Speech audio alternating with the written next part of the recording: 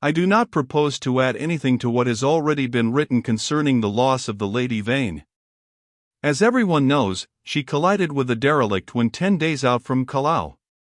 The longboat, with 7 of the crew, was picked up 18 days after by H.M. gunboat Myrtle, and the story of their terrible privations has become quite as well known as the far more horrible Medusa case. But I have to add to the published story of the Lady Vane another, possibly as horrible and far stranger. It has hitherto been supposed that the 4 men who were in the dinghy perished, but this is incorrect. I have the best of evidence for this assertion. I was one of the 4 men. But in the first place I must state that there never were 4 men in the dinghy, the number was 3. Constans, who was seen by the captain to jump into the gig, luckily for us and unluckily for himself, did not reach us. He came down out of the tangle of ropes under the stays of the smashed bowsprit. Some small rope caught his heel as he let go, and he hung for a moment head downward, and then fell and struck a block or spar floating in the water. We pulled towards him, but he never came up. 1. Daily News, March 17, 1887. I say luckily for us he did not reach us, and I might almost say luckily for himself, for we had only a small beaker of water and some sodden ship's biscuits with us, so sudden had been the alarm, so unprepared the ship for any disaster. We thought the people on the launch would be better provisioned, though it seems they were not, and we tried to hail them. They could not have heard us, and the next morning when the drizzle cleared, which was not until past midday, we could see nothing of them.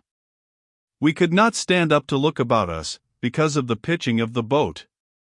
The 2 other men who had escaped so far with me were a man named Helmar, a passenger like myself, and a seaman whose name I don't know, a short sturdy man, with a stammer.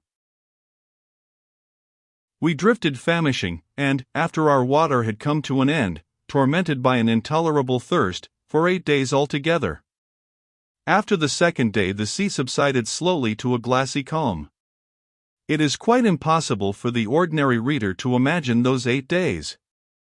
He has not, luckily for himself, anything in his memory to imagine with. After the first day we said little to one another, and lay in our places in the boat and stared at the horizon, or watched, with eyes that grew larger and more haggard every day, the misery and weakness gaining upon our companions. The sun became pitiless. The water ended on the 4th day, and we were already thinking strange things and saying them with our eyes, but it was, I think, the 6th before Helmar gave voice to the thing we had all been thinking. I remember our voices were dry and thin, so that we bent towards one another and spared our words. I stood out against it with all my might, was rather for scuttling the boat and perishing together among the sharks that followed us, but when Helmar said that if his proposal was accepted we should have drink, the sailor came round to him. I would not draw lots, however, and in the night the sailor whispered to Helmar again and again, and I sat in the bows with my clasp knife in my hand, though I doubt if I had the stuff in me to fight, and in the morning I agreed to Helmar's proposal, and we handed halfpence to find the odd man. The lot fell upon the sailor, but he was the strongest of us and would not abide by it, and attacked Helmar with his hands. They grappled together and almost stood up. I crawled along the boat to them, intending to help Helmar by grasping the sailor's leg, but the sailor stumbled with the swaying of the boat, and the two fell upon the gunwale and rolled overboard together. They sank like stones. I remember laughing at that, and wondering why I laughed. The laugh caught me suddenly like a thing from without. I lay across one of the thwarts for I know not how long, thinking that if I had the strength I would drink seawater and madden myself to die quickly. And even as I lay there I saw, with no more interest than if it had been a picture, a sail come up towards me over the skyline. My mind must have been wandering, and yet I remember all that happened, quite distinctly.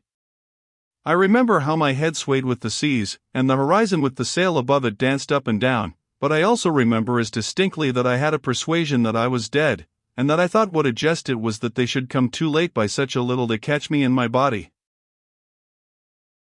For an endless period, as it seemed to me, I lay with my head on the thwart watching the schooner. She was a little ship, schooner rigged fore and aft, come up out of the sea.